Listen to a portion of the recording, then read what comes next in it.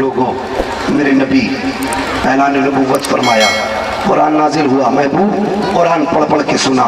میرے نبی قرآن پڑھا سنانے کے لیے نکلے۔ جب گھر سے نکلے نا تو نبی کی بیٹی سیدہ طیبہ طاہرہ عابدہ زاہدہ حضرت زور سے حضرت اور زور سے حضرت فاطمہ، عمر 6 سال، امی کا وصال ہو گیا۔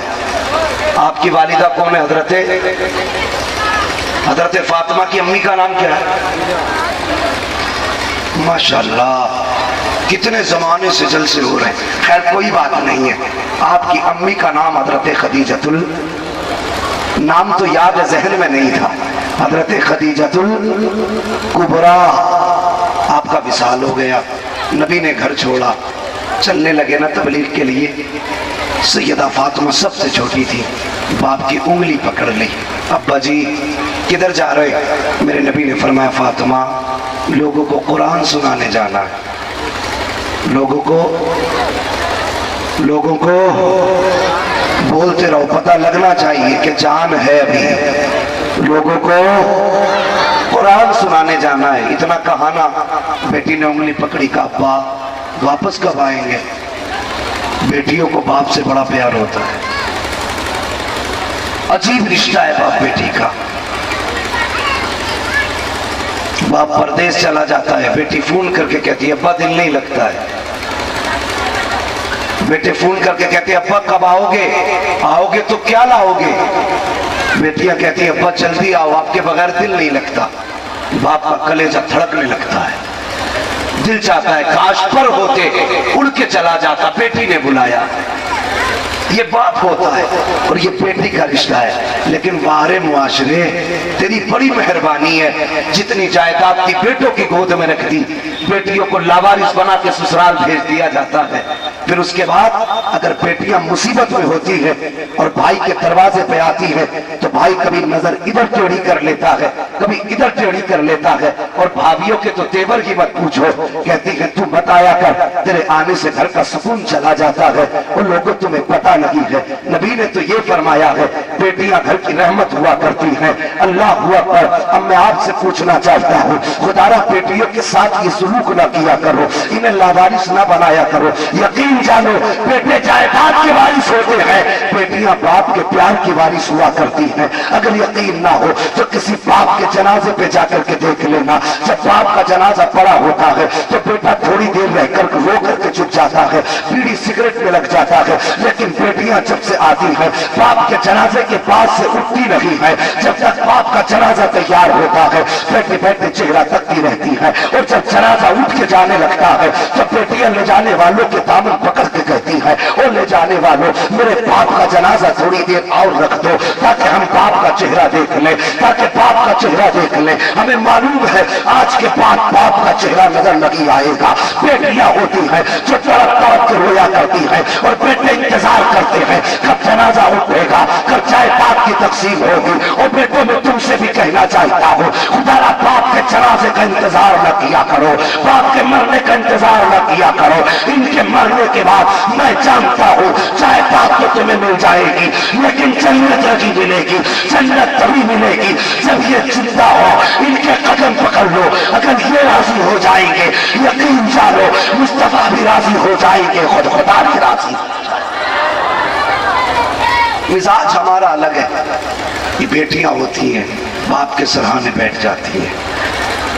تو میں نے کہا تھا بیٹے جائیداد کے وارث ہوتے ہیں، بیٹیاں باپ کے چہروں کی وارث ہوتی ہیں۔ ہمارا معاشرہ جی ایس ٹی سے اتنا خراب نہیں ہوا، سی اے اے سے بھی اتنا خراب نہیں ہوا، N P R N C R سے بھی اتنا خراب نہیں ہوا۔ ہمارا معاشرہ جو سب سے زیادہ تباہ ہوا ہے تو آج کی مروجہ جہیز کی لعنت نے تباہ کیا ہے معاشرے۔ توجہ کرنا میری بات پہ، میری تقریر تمہیں یار کو بے چین کرتی ہے۔ سبب کیا ہے؟ وہی کہتا ہوں جو دل پہ گزرتی ہے۔ ہمارا معاشرہ زیادہ تر جو برباد ہوا ہے وہ جہیز، مروجہ جہیز کی بات کر رہا ہوں، کوئی یہ نہ کہے کہ مولوی نے جہیز ہی ناجائز بتا دیا، نہ، مروجہ جہیز کیسا؟ اتنی لمبی لسٹ دے دیتی رشتے سے پہلے، بھائی 8 لاکھ کیش چاہیے، 2 لاکھ رشتے میں چاہیے، مہربانی کرو ذرا سوچو، جس نے بیٹی پال دی اس نے کم بڑا احسان کیا ہے؟ جس نے تمہیں بیٹی دے دی اس نے کیا نہ دیا؟ سب کچھ دے دیا، لیکن اب بھی ہمارے منہ بند نہیں ہوتے، بیٹیوں کے ساتھ یہ سلوک کرتے ہیں۔ ذرا سوچ تو صحیح، آج تیرے گھر میں کسی کی بیٹی آ رہی ہے، کل کسی کے گھر میں تیری بیٹی بھی تو جائے گی۔ کتنے باپ ایسے ہیں جو بیٹیوں کے جہیز کے لیے گھر بیچ دیتے ہیں۔ بریلی میں بڑے میاں کے بیچاروں کے بال سفید تھے، اور میں ایسے لوگوں کو اکثر تلاش کرتا ہوں، وہ رکشہ چلا رہے تھے، میں ان کے رکشے پہ بیٹھا، میں نے کہا چچا مجھے لے کے چلو۔ وہ بوڑھا جس کی عمر 60 سال سے زیادہ تھی رکشہ چلانے لگا، میں نے کہا چچا آپ اس عمر میں رکشہ چلا رہے ہو، آپ کے بیٹے ہیں؟ جوانوں ذرا غور سے سننا، اس نے کہا اللہ نے مجھے 4 بیٹے دیے۔ میں نے کہا پھر بھی آپ رکشہ چلا رہے؟ کہنے لگا ہاں، آپ 4 بیٹوں کی شادی ہو گئی، وہ الگ ہو گئے۔ میں نے کہا کہ آپ کو وہ روٹی نہیں دے سکتے؟ تو بوڑھے باپ نے کہا روٹی تو دے سکتے ہیں، لیکن میرے گھر میں بھی ایک بیٹی موجود ہے، اس بیٹی کے ہاتھ پیلے کرنے ہیں، مولانا اس وجہ سے رکشہ چلا رہا۔ میں نے کہا بیٹے کچھ نہیں دیتے؟ کہا بیٹے سے کئی بار کہا، بیٹے کہتے ہیں ہم تمہیں پالیں کہ اپنے بچوں کو پالیں؟ یار ہم نبی کا کلمہ پڑھنے والے، غوث کا دامن نہیں چھوڑیں گے، اعلیٰ حضرت کا دامن نہیں چھوڑیں گے، ان نعروں کی کچھ تو لاج رکھ لو۔ یقیناً یہ نعرے شان والے ہیں، لیکن جس کا یہ نعرہ اس نے تمہیں سبق کیا دیا یہ یاد نہیں؟ مجھے خوش کرنے کے لیے ہاتھ بھی چومو گے، پیر بھی چومو گے، آگے پیچھے کے مولوی یہ کھا لے، مولوی وہ کھا لے، کبھی اپنے باپ سے بھی کہا ابا یہ کھاؤ گے کہ یہ کھاؤ گے؟ باپ 5 روپے کی دوا کے لیے روتا ہے، ماں ایک گرم لحاف کے لیے اپنی جاؤ بھر ترسی ہوگی، اس کے لیے گرم لحاف کا انتظام نہیں، مولوی کے لیے 6 گھنٹے 3 لحاف۔ یار مولوی ایک رات کے لیے آیا ہے، چلا جائے گا۔ میں یہ نہیں کہتا علماء کی خدمت نہ کرو، کرو جتنی اللہ توفیق دے، لیکن ان سے پہلے ہے کہ مولوی کے ہاتھ بعد میں چومو، ماں باپ کے ہاتھ پہلے چوم لیا کرو، مولوی کی خدمت بعد میں کرو، ماں کی خدمت پہلے کر لیا کرو، ماں باپ کو پہلے راضی کرو، مولوی کو بعد میں راضی کر لو، اس لیے کہ جب ماں باپ راضی ہوتے ہیں تبھی مدینے والا بھی راضی ہوتا ہے، خود خدا بھی راضی۔ مجھے اس کی پرواہ نہیں مجھے کیا کہو گے آپ، لیکن سچ کہہ کے جا، خدا را رشتوں کا خیال کرو، بیٹیوں پر رحم کرو، غریب کا خون نہ پیو۔ کتنی بیٹیاں ایسی ہیں جو پھانسی لگا لیتی ہیں باپ کی غربت کی وجہ سے۔ کس چیز سے آزادی مانگ رہے ہو تم؟ NRC سے آزادی، CAA سے آزادی، یہ آزادی تو لڑ کے لے لو گے، لیکن غریب بیٹیوں کو آزادی کس دن ملے گی میں تم سے پوچھنا چاہتا ہوں۔ جو امیروں کے ظلم کی وجہ سے باپ کی دہلیز پہ پھانسی لگا کے مر جاتی ہے، زہر کھا کے مر جاتی ہے، اس لیے کہ جیتی ہے تو باپ کی رسوائی ہے، اور اگر مرتی ہے تو اپنے لیے دوزخ ہے۔ بیٹیاں دوزخ تو گوارا کر لیتی ہیں لیکن باپ کی رسوائی گوارا نہیں کرتی ہے۔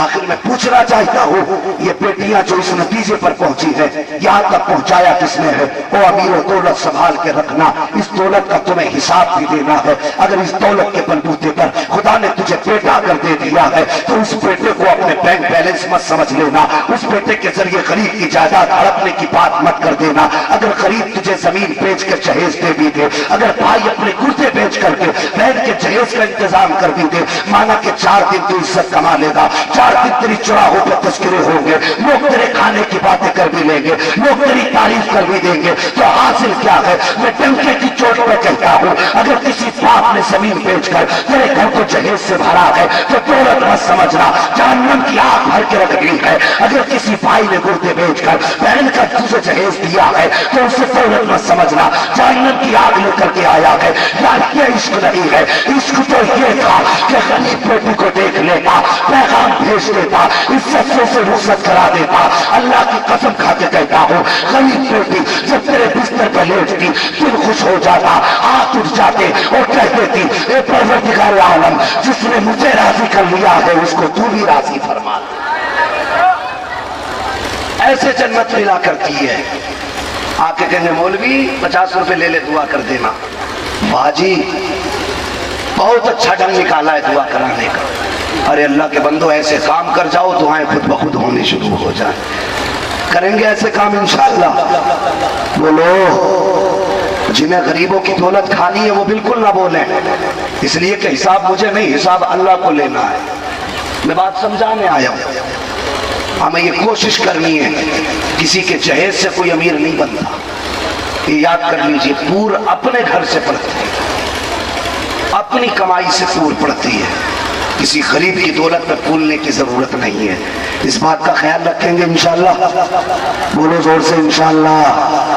اگر اس ایک بات پہ کسی ایک بندے نے بھی عمل کر لیا تو میں سمجھوں گا جلسہ کرانے والوں کا جلسہ بھی کامیاب ہے، میرا بولنا بھی کامیاب ہے۔ یہ غور کرنا۔ تو میں عرض کر رہا تھا، بیٹیاں ان کے دل نہ دکھایا کرو۔ او بھائیو تم سے بھی میری گزارش ہے، باپو تم سے بھی میری گزارش ہے۔ کتنی بیٹیاں ایسی ہیں جو ایک ایک سال ہو گیا ناراض ہے، میکے میں ہے، میکے سے سسرال چلی گئی تو کئی سال گزر جاتے، باپ اپنی مونچھ کو تاؤ دیتا کہ نہیں جی میں چلا جاؤں گا میری ناک کٹ جائے گی۔ بھائی اپنی مونچھ کو تاؤ دیتا، مجھے نہیں جانا ہے، میں چلا گیا میری ناک کٹ جائے گی۔ لیکن تمہیں پتا ہے عید کا دن آتا ہے، تم تو نئے کپڑے پہن کے عید کر لیتے ہو، لیکن تمہاری بہن کے بچے، تمہاری بیٹی کے بچے جب ماں سے کہتے اماں عید کا چاند بھی نظر آ گیا، سب نے نئے کپڑے بھی پہنے گئے، بتا تو کب پہنے گی؟ اگر کسی کا باپ یا بھائی ناراض ہوتا ہے، بہن دروازے کی طرف دیکھ کے کہتی ہے بیٹے تیرا چاند نظر آ گیا، ابھی میرا چاند نظر نہیں آیا۔ بہن بیٹی کا چاند کیا ہوتا ہے؟ اس کا بھائی، اس کا باپ، وہ کہتی ہے میں کپڑے تب پہنوں گی جب میرا بھائی آ جائے گا، میں کپڑے تب پہنوں گی جب میرا باپ آ جائے گا۔ یار تم نے بہنوں کو اتنا لاوارث کر دیا کہ وہ عید کے دن بھی تیرا رستہ تک رہی ہے۔ تو ہم ابھی پلٹ کے بہن کے دروازے نہیں گئے۔ تو خدا را بیٹیوں سے پیار کرو، بہنوں سے پیار کرو۔ میرے نبی نے بہن سے پیار کرنے کا سلیقہ بھی سکھایا ہے۔ اجازت ہو تو ایک مثال دے دیں؟ ناراض مت ہونا، میرے نبی نے بہن سے پیار کرنے کا طریقہ بتایا۔ جی آج باپ کا انتقال ہو جائے تو بہنیں کہتی ہیں میں کہیں ختم ہو گیا، ہے کہ نہیں؟ میں کہا ختم ہو گیا، اس لیے کہ بھائی ہے نا وہ بہنوں کو پھر ویسا نہیں دیکھتا جیسے باپ دیکھتا تھا بیٹی کو۔ اور پھر بھابھیوں کا معاملہ اللہ خیر کرے، یہ تو دیکھتے ہی چہرہ بگاڑ لیتی ہے۔ اور قوم کی بیٹیوں میری بات کو سننا، اگر تمہاری نند ہے تو تم بھی کسی کی نند ہو۔ جی اگر تمہیں کسی کے آنے سے تکلیف ہوگی تو کسی کے جانے، تمہارے جانے سے بھی کسی کو ہوتی ہوگی۔ جیسی کرنی ویسی، جیسی کرنی ویسی بھرنی، جیسا بو گے ویسا کاٹو گے۔ ماشاءاللہ محاورے سب یاد ہیں، بڑے اچھے لوگ ہیں، مگر مزہ تو تب ہے جب عمل کر لیا جائے۔ جیسی کرنی ویسی بھرنی، خدا را ایسے کام مت کرنا، ان کے ساتھ غلط سلوک مت کرنا۔ میرے نبی نے بیٹی کا رتبہ ہمیں بتایا۔ آقا کریم کے زمانے میں، توجہ کرنا بھائی، بھائی جو لوگ کھڑے یہ توجہ ہے تمہاری بھی بھائی، اللہ سلامت رکھے۔ جو کھڑے ہو کے سن رہے اللہ انہیں آج کی رات کی مدینہ دکھا دے، اور جو بیٹھ کے سن رہے ہیں سب مولوی اور علماء، اگر ہم میں سے کوئی نیک ہو اس کے قدم کی برکت سے خواب میں مصطفیٰ کا دیدار عطا۔